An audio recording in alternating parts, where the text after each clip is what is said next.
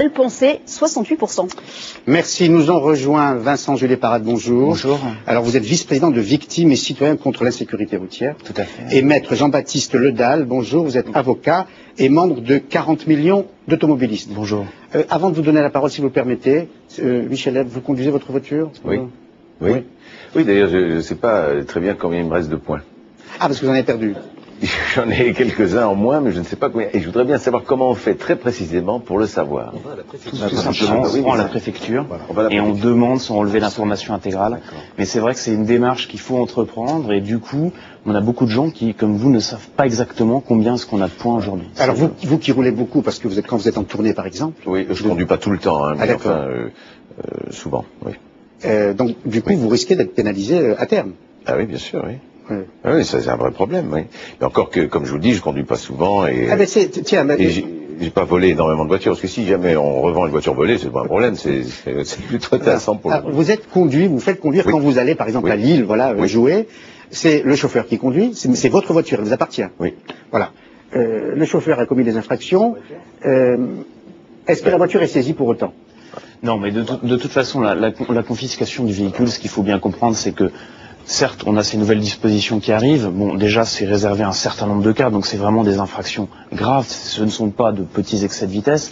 Et puis surtout, c'est une mesure qui existe déjà. C'est-à-dire que la confiscation du véhicule, aujourd'hui, on le voyait dans le reportage, on peut quand même la prononcer. Alors certes, on a des chiffres de confiscation qui sont relativement bas. C'est une mesure assez exceptionnelle. Mais demain, même avec ce nouvelle disposition, on n'est pas sûr que la confiscation soit réellement plus prononcée. Puisque dans ce projet, on a quand même toujours pour le juge, heureusement, une porte de sortie, c'est-à-dire que le juge ne sera pas obligé de prononcer systématiquement la confiscation. Il peut, en motivant sa décision, exclure la confiscation, dire je ne confisque pas. Vous répondez à une les question que je m'apprêtais à vous poser, c'est toujours le juge qui décidera. Oui. Ça n'est pas une autorité administrative. Non, c'est toujours le juge qui restera maître en la matière et qui pourra éventuellement décider de ne pas appliquer cette confiscation.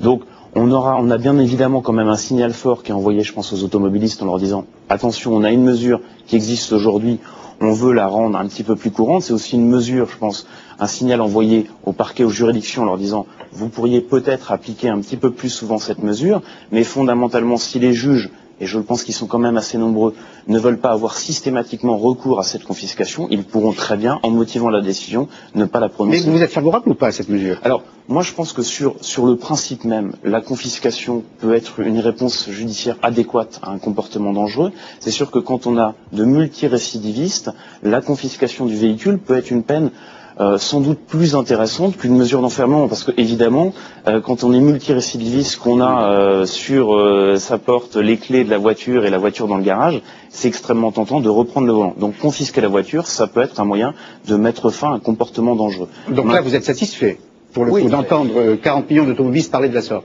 Oui, sur cette mesure. Tout à fait. Bon, comme l'a dit Maître Ledal, on s'attaque vraiment aux cas les plus graves, c'est-à-dire conduite sous un état alcoolique, conduite sous emprise de stupéfiants, grand excès de vitesse.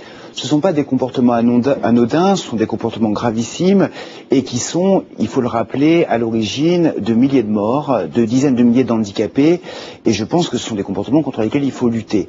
Et que la confiscation, a priori, peut faire peur, donc peut être une arme dissuasive, et comme vous l'avez rappelé, le juge reste maître, c'est-à-dire le juge peut spécialement motiver une décision par laquelle il n'appliquera pas cette mesure. Mais est-ce que ce sera codifié? Est-ce qu'il n'y a pas un risque d'arbitraire à un certain moment? Écoutez, dès l'instant où c'est entre les mains d'un magistrat, je pense qu'on va revenir, le syndicat de la magistrature revient un peu sur le débat qui avait été lancé lors des peines planchées, c'est à peu près le même système. La juridiction peut, par décision spécialement motivée, ne pas l'appliquer.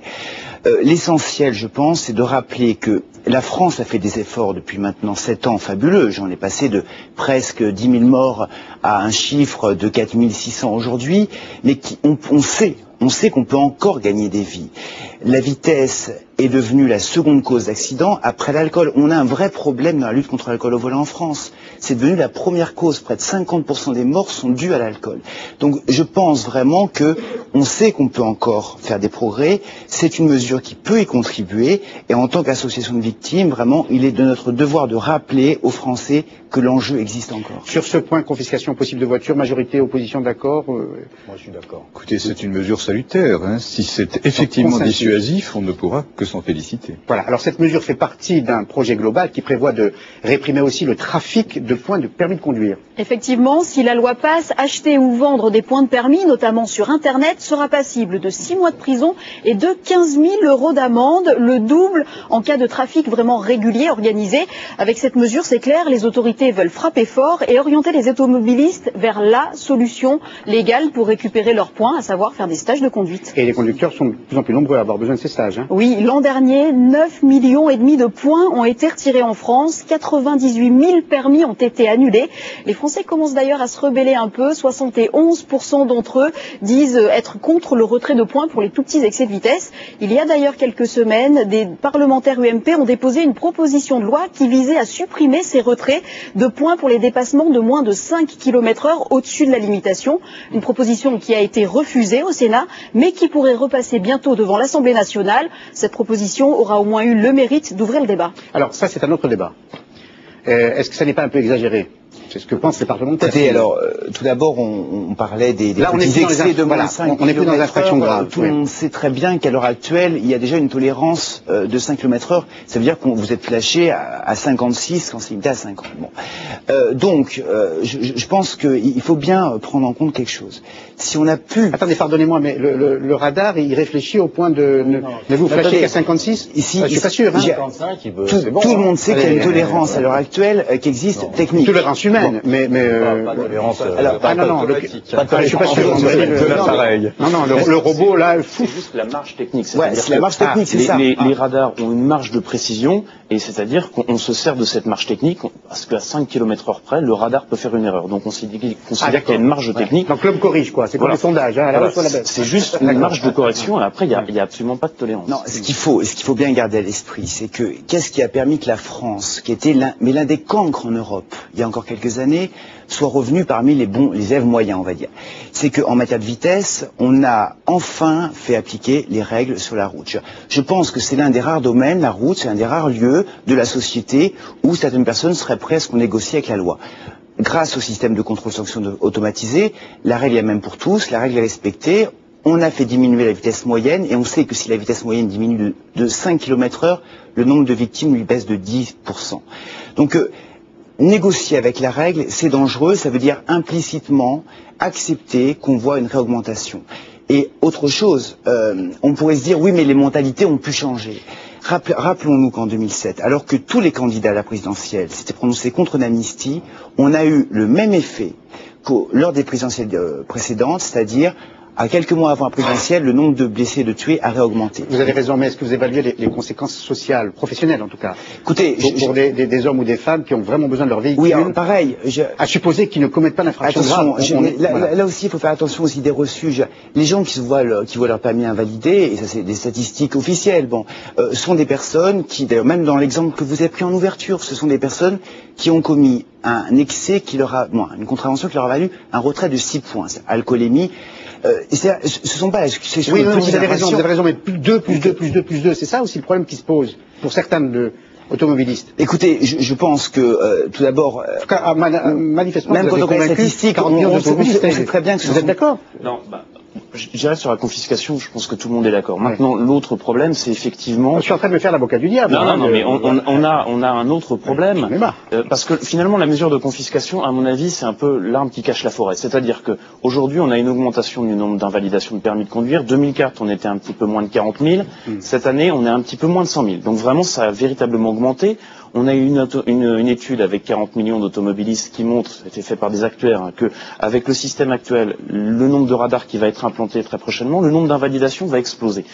Donc, qu'est-ce qu'on va faire demain de ces gens qui roulent sans permis? Parce qu'on a des conséquences pénales, effectivement, on l'a vu par le biais de la confiscation, on a des conséquences civiles. Dans un cas, on peut avoir un accident, on a des conséquences bien évidemment pour les victimes qui sont terribles. La personne qui conduit sans permis et sans assurance, c'est une condamnation financière à vie. Et aussi des conséquences économiques, c'est-à-dire que bien souvent aujourd'hui, le permis de conduire, c'est le permis de travailler. Donc en termes de conséquences sociales, c'est énorme. Qu'est-ce qu'on va faire demain de ces centaines de milliers de gens qui roulent sans... D'un mot, là je m'adresse aux politiques, est-ce que la proposition de certains parlementaires d'assouplir les sanctions, le règlement, est-ce qu'elle a une chance de passer ou pas? Écoutez, moi je ne sais pas s'il a une chance de passer, mais je dirais à mes collègues de faire très attention sur ce sujet. Je suis comme Michel Leb, je n'ai pas mes 12 points. Mais je pense que si on commence, de quelque manière que ce soit, à assouplir la réglementation, c'est l'ouverture de la boîte de Pandore et c'est la déréglementation, si je puis dire, de comportements que nous avions réussi à acquérir depuis 7 ans. Jean-Christophe Cambadélis. Je pense que sur ces questions-là, il faut être intraitable. À partir du moment où quelqu'un peut tuer avec son véhicule, on le confisque, on a des règles, il faut les respecter. Et on retire des points, et oui, on perd son permis, et même si on travaille, on a fait des fautes, et on peut pas avoir deux langages. Mais je dirais simplement une chose.